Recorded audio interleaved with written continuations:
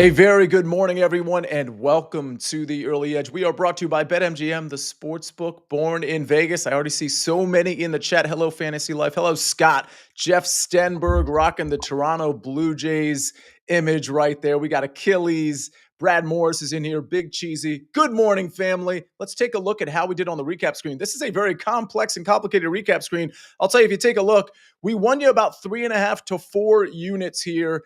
We went 7 and 8, but we're including so much plus money, including the plus 2,600 that Taft Can't gave out on the Tommy Fleetwood win. But Taft did a great job getting Scotty Scheffler top American at plus 240, Russell Henley top 10 at plus 500. I go 2 for 2, went 6 for 6 on golf picks last week on the Early Edge. Buckets goes 2 out of 3, Amags 1 for 2. We'll pretty much take this every time. Definitely a positive weekend for everybody who tailed those picks. Ladies and gentlemen, we look to the present. We cannot look to the past. Let's go ahead and bring in the stars of the show here on a Monday on the Early Edge. We've got Buckets. We've got Matt the Sniper Snyder, and we've got Mike McClure. And Sniper, I don't know if you're ready for this, but we're 45 days away from NFL season. Is there a Chicago Bear 45 that you want to name drop for us? I'm always ready. Gary Fensick days away from the NFL season. The safety from the 46 defense, Super Bowl winning Chicago Bears. Of course I'm ready. There's not a lot of 45s. Gary Fensick was at the top of mind for me as well. That Bears defense was amazing. Mike McClure, how you doing today? I am great, Sia. Getting so close to the NFL season, coming off a golf major. Just a great time still. There's always action. Looking forward to the golf tournament coming up this next week, actually, with the 3M. And then again, we're so close, especially to college football. We're approaching like a month away.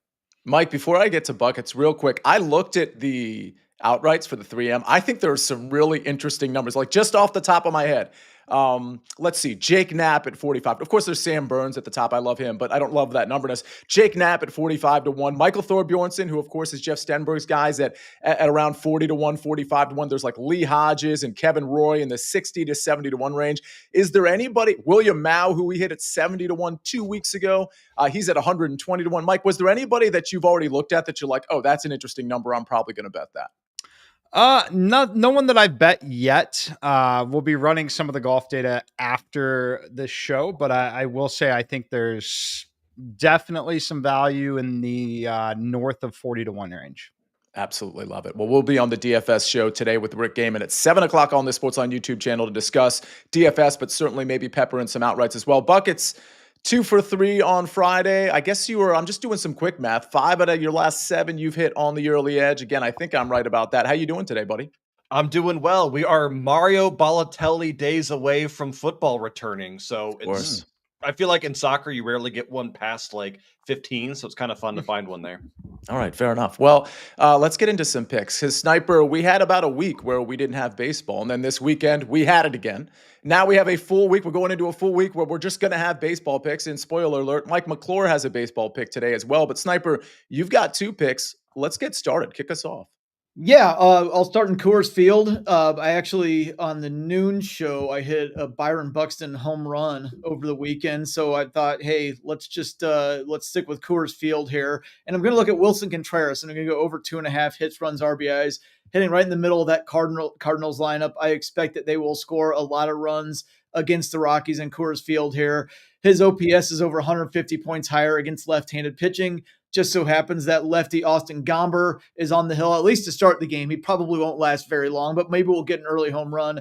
Contreras has faced Gomber 5 times in his career, and he's homered twice. So I like Contreras here to go nuts in this game in Coors Field. Also, we're going to go to Pittsburgh, and I've got the Tigers at plus money here. Look, the team with the best record in baseball is plus money against one of the worst teams in baseball. Why would that be? Well, we can probably figure it out pretty easily if we look at the pitching matchup, and it's Paul Skeens. So it looks like I'm fading Paul Skeens. No, I'm just fading the Pirates. Look, even though Skeens is great, one of the best pitchers in the world, probably second best pitcher in the world after Tarek Skubal right now, but the Pirates are still 9-11 in his starts this season.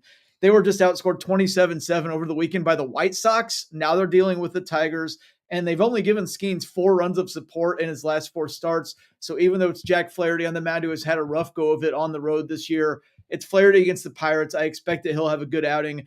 The Tigers are going to find a way, probably taking the lead against the Pirates bullpen once Skeens exits the game. And keep in mind that Pirates are planning on dialing Skeens' workload back in the second half here. So we're going to go with the Pirates or the Tigers here on the plus money.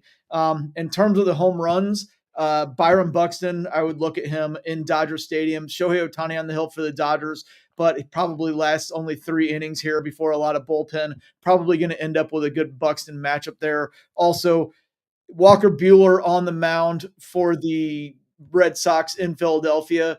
He's had really, really rough go of things on the road this season, especially against left-handers. So Schwarber, odds are probably not going to be that great, but he's a good bet there. Bryce Harper, maybe you want to look at him. But if you wanted to go a little deeper down on the left-handers there, you could look at Bryson Stott, Brandon Marsh, maybe Max Kepler. Is there a way you would want to play, fading Walker Buehler in this game in terms of taking a side, like minus 1.5 or first half minus a half? Well, and it's against Zach Wheeler too. So you would expect Wheeler will probably deal. He's well rested here. So, I looked at the Phillies run line. So the most likely scenario is the Phillies winning by multiple runs. Yeah, fair enough. I don't like giving out parlays, but I don't hate including the Phillies in some sort of money line parlay. Yeah. I did have a question, Mike. I know you have a baseball pick. There was I wanted to ask you both about, and Sniper, I am going to start with you here, about the Toronto New York Yankees game. In Toronto, I believe it's Gausman versus Rodon. Do you have an opinion on that game? Because I'm tempted to lean into Toronto, but I don't know that I want to trust Gausman here. I wouldn't want to bet against the Blue Jays right now, but the pitching matchup feels a little bit better for the Yankees with Rodon instead of Gausman. So that one was I didn't really dig deep in it. Right when I saw the matchup, I kind of just stayed away and went elsewhere. Mike, do you have an opinion on that game? Because it does feel like, whether you like a side or not, it does feel like it's like the biggest game of the night, or the big series of the week, I should say. Yeah, certainly. I did play Gausman under 6.5 Ks early this morning. As far as the side, it's a slight Blue Jays lean. I made the line minus 104 for the Blue Jays. You could find them typically at even money. Earlier this morning, you were finding them around plus 110. I'm not exactly sure where they're at. Plus 102 right now. So yeah, I would be on the Blue Jays side if I had to play it, but not one that I have played. Yeah, a very slight lean, not a tremendous amount of value. Buckets, who's going to win, Toronto or the New York Yankees tonight? Whoever Mike said would win. Well, he didn't really say. He was just darn, slight Toronto lean. Slight Toronto lean for me as well then. All right, good call. Let's talk about some soccer, Buckets. Talk to us about, am I going to be able to pronounce this on the recap screen? Oh, absolutely not. We're continuing the trend because the bets keep hitting. So we're going to start with a Bulgarian matchup between Lokomotiv Plovdiv taking on PFC Dobruja Dobrek. And we're going with both teams to score, Sia. It's plus 100. Good even money here for an honestly fascinating matchup. This is Dobruja's first time in the top flight since 2003. And their manager, Atanas Atanasov, has said that their way of staying in this league and not getting relegated is due to their offense. This is a team that has limited defensive money right now, but spend a lot during the transfer period to build up their offense. They're taking on a Lokomotiv side who is the better team, who barely survived relegation last season, but again, defensively is just not there. It's the first match of the season for both sides, so it's a little bit cagey, and I think that's why we're getting plus numbers here, but I'll take plus 100 every time for a side like this. For our second bet, we are going from Bulgaria to Bolivia. We've got Blooming taking on Guadalajara Montero, and we're taking a same-game parlay of both teams to score and over 2.5 goals in this one. And we're doing this pretty much because of the head-to-head history. Bolivia is kind of a secret gem when it comes to just a ton of goals. And if you look at when these two teams play, all we get are goals. A 4-2 win to Guadalajara, a 1-1 draw, a 2-1 win, a 3-1 loss, a 3-1 loss, a 4-2. We've seen both teams to score now hit in their last 6 and over hit in their last 5 against each other. I see no reason for this trend to change, so I love this at minus 110. All right. Looks like Buckets is going to be helping me with the recap screen for sure. We got a lot of baseball picks in the chat. I'm trying to catch up. I know Gipper's picks had some plays in there. I'm sure Big Cheesy did as well. Jeff Stenberg has some plays, and predictably they are on the Blue Jays team total. I do think the over in that game is interesting as well, especially if Gausman gets kind of blown up. Sniper, any thoughts on that? Like, do we expect runs? Maybe I could see both pitchers thrown well too. Yeah. Okay. It's just it's very unpredictable to me. The Yankees offense comes and goes. So you could see Gossman putting together, but yeah, I you could also see the Yankees knocking him around, and the Blue Jays offense. I wouldn't bet against them at all right now. They've been one of the best offenses in baseball since about Memorial Day, so it's a tough one to call. Yeah, I'm reading Jeff Stenberg's comments, and I'm just like leaning into his bit. I don't know why I'm doing that. He's just like peppered us with so much Yankees hate that I'm now like kind of like filtering his questions into our baseball guys. Speaking of our baseball guys, let's take a look at the SportsLine picks. We got a couple, one from Amags and one from Prop Stars. Interesting here. We got the Pirates first five minus a half. Of course, that's the first five run line at minus 112. Again, Pirates first five minus a half, minus 112. That one's from Amags. And then Prop Stars is going Zach Wheeler under 18.5 outs at minus 140. Again, Zach Wheeler under 18.5 outs at minus 140. We got more picks. Mike, we got to get to your baseball pick. I got a football pick. We got some picks in the chat that we need to get to. We got the home run props that we need to get to and get commentary on. We're going to cover it all right after this message from our partners. Get ready. Wait a second. I thought we were going tubing. All three Sonic the Hedgehog movies and Knuckles are now streaming on Paramount Plus. And everyone loves it. Every adventure, Just try to keep up. every face-off, This ends now. and every moment that will have you saying, Where have you been? My entire life! It's showtime. all three Sonic the Hedgehog movies and the entire Sonic universe are now streaming on Paramount Plus. All right, we're back on the early edge, brought to you by BetMGM, the sportsbook born in Vegas. Jeff Stewart says Boeheim's Army minus 9.5 at minus 115. Well, what is that? What am I missing? That's that NBA. It's not an NBA league. It's like a TBT, basketball maybe? league. Is it What is it? TBT? That's what it is. That's Yeah. what it is. I didn't know, honestly, I didn't know we had lines for that. I've never seen anybody bet on that. Kayla the Rockstar says, I need a parlay to feed my family. He's joking, of course. I have no food and I'm using the $1.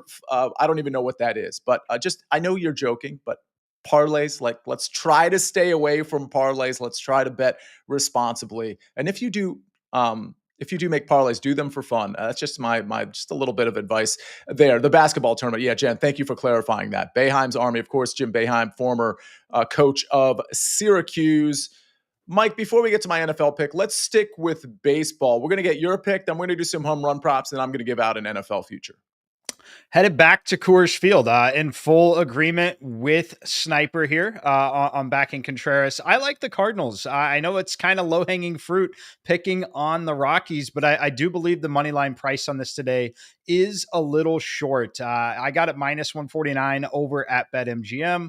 I made the number minus 172, around a 4% edge on this money line. And that's not something I expect to get often when you're talking about fading one of the worst teams in baseball.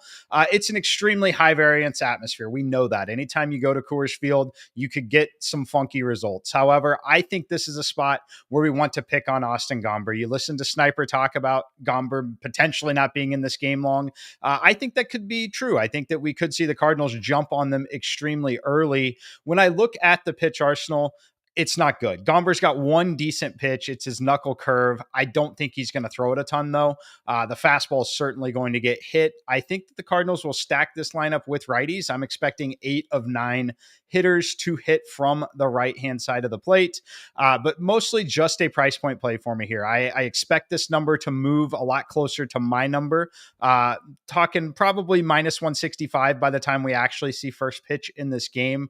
McGreevy prospect, he's fine. It's difficult to pitch at Coors Field, so I get it. I understand why we may not be seeing this. And then I see Big Cheesy in the chat. This is an interesting point.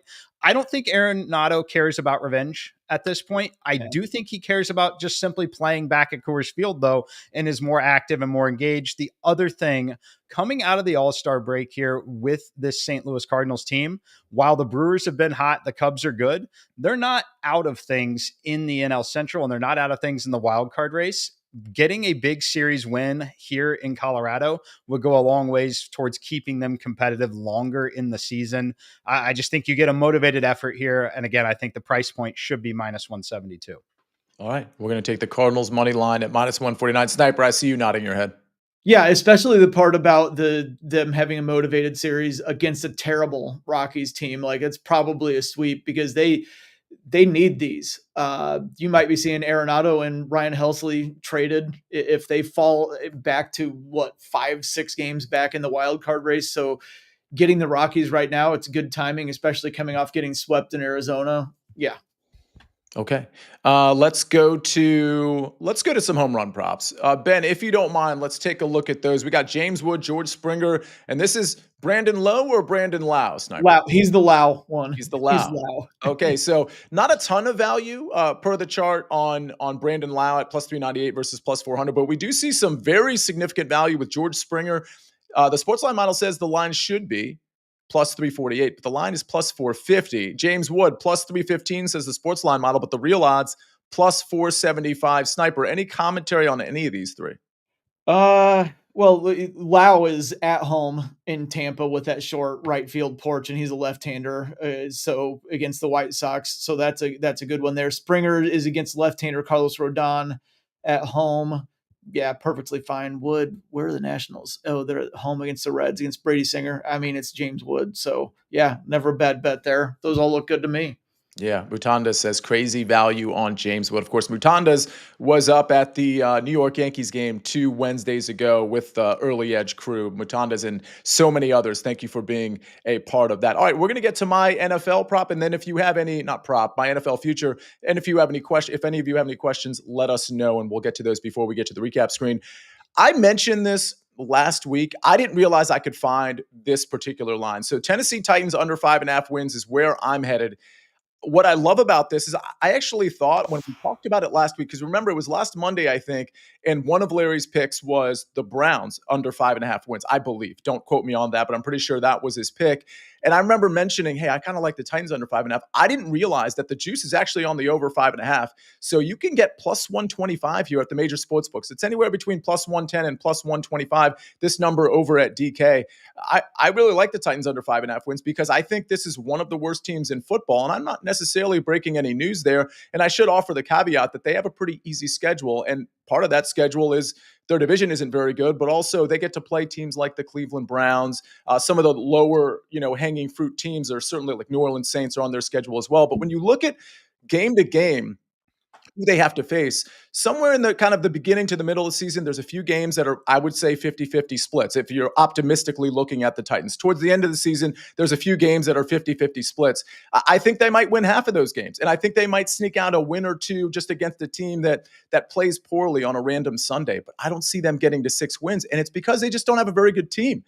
What position group is good? Is it the front seven? No, the front seven's terrible. Is it the secondary? No, the secondary is bad. Offensive line, I suppose it's decent, but you got a rookie quarterback that I think is going to need a couple of years, and you got him no weapons. So barely an upgrade on the offensive line, no weapons on the outside, not much of a running game, first-year quarterback, terrible defense.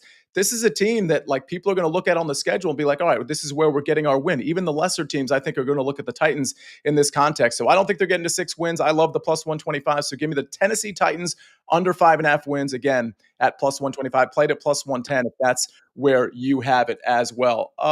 Mike, any thoughts on this play or the Titans in general? Not super optimistic with the Titans here. I think that they could be headed towards the a very poor season. I think that the division itself is kind of soft and wide open, so it's possible they win a couple games, but it's also extremely possible that there's a big learning curve in the NFL for Cam Ward. So that's something that I would think is more likely than not. I'm not personally going to be on the play, but I certainly am not backing the over by any means. I watched enough of Cam Ward at both schools, and I think Cam Ward is good. I think he's got a great attitude, just work hard, work ethic, all of those things. But I thought he made a lot of poor decisions at Miami and Washington State. I just think he is really without weapons. I think he's going to be in a lot of trouble. All right, let's go to some questions in the chat buckets. Was there anything soccer related to respond to? People are asking about EPL futures because Liverpool is doing a bunch of ridiculous business right now. I do like Liverpool as a future to win the Premier League, but that's already down to plus 180. and 7 months for a plus 180 or whatever it is kind of a long time, in my opinion, to hold on to a future. So nothing on that yet, but maybe we can talk to Ben and do kind of a futures heavy show once we get a little bit closer to the season starting up. Speaking of futures, before we get to a couple questions for Sniper, Mike, speaking of NFL futures, like, is there a future that you can just kind of toss out there that maybe you've had out on HQ but haven't had on this show? Maybe one that just stands out to you? I mean, I have big positions on, the Eagles and Ravens both winning their divisions. Yeah.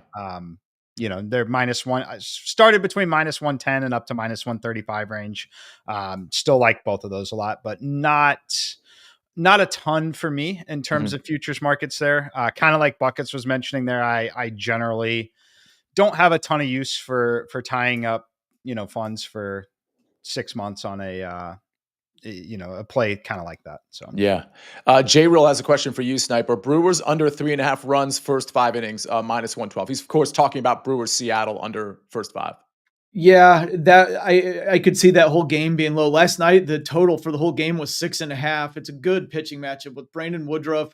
Only 2 starts back from that major shoulder surgery, but he's looked amazing. And George Kirby, who's great at home, obviously in T-Mobile Park. So yeah, I could see that one being really, really low scoring, pretty much start to finish. Also, there was Steve asked D-backs to make the playoffs plus 570. I mean, that looks like a great number. That looks fun. And they looked great over the weekend, but they're 4.5 out with 3 teams to jump over. And if they fall, let's say 6 out of a playoff spot here before July 31st, then Eugenio Suarez, Merrill Kelly, Zach Gallen, Josh Naylor are all going to get traded. So I don't know. That's probably not worth it for me. I mean, you mentioned a couple of their pitchers, but like this team does not have the pitching staff right now to like jump teams, do they? Not really. No, especially with Corbin Burns out for the season and like fought Eduardo Rodriguez. Zach Gallen's been terrible for a lot of the years. So they have not been very good, but if they put things together and they get within 2.5 or 3, they won't sell. They're right on the edge there. And, if you're going to sell Eugenio Suarez and Josh Naylor, that's awfully tough. Yeah, I personally, not that I really looked into this game a ton, I certainly would lean to the Brewers there. Maybe you could get a Brewers first 5 plus a half at a decent number, at some decent juice. Let's see. Any other questions in the chat? I don't think there are. We've got a lot of announcements to do kind of later in the week. I just want to mention that, like the Fantasy Football League that you all can be a part of, that's going to benefit St. Jude. We're going to start talking about that this week. And of course, we still have 10 days, and we barely promoted this. We still have 10 days to vote for The Early Edge as the best male-hosted podcast in the People's Choice Podcast Awards. And I'm going to mention that tomorrow. I'm going to tweet stuff like that out because we have 10 more days to vote on that. We've only mentioned it, I think, maybe once or twice on this show over the last couple of weeks. Buckets, are you excited that we're up against the Kelsey brothers? I'm not sure if you know who they are. The Jon Stewart Daily Show, like that's the category we're in. Are you excited? We can beat those guys. Of course we can beat those guys. And I know who both of the Kelsey brothers are, so we don't even need to worry about that, Sia. Let's just beat them. Wow, he might actually know who they are. He said both. Yeah. As opposed to like 3 or 4. Attaboy, Buckets. All right. What are their names, Buckets? First names. I know Travis. I don't know the other one.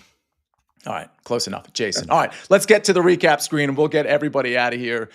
Great show so far. Really liked our recap screen with all that plus money.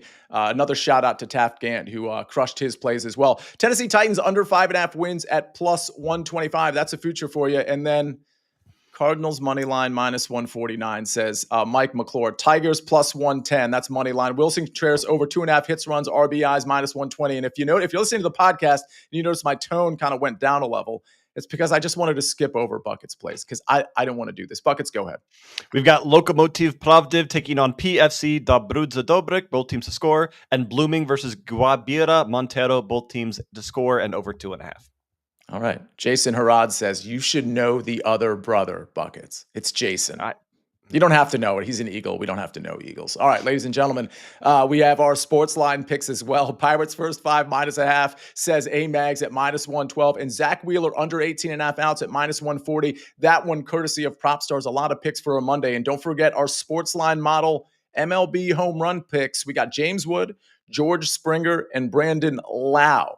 Ladies and gentlemen, tomorrow we're just 44 days away from NFL season, which means college football season is right around the corner. We still got the second half of Major League Baseball season. There is a lot going in on the early edge, so make sure you're subscribed to this channel and make sure you lock in with us every single morning at 10 o'clock.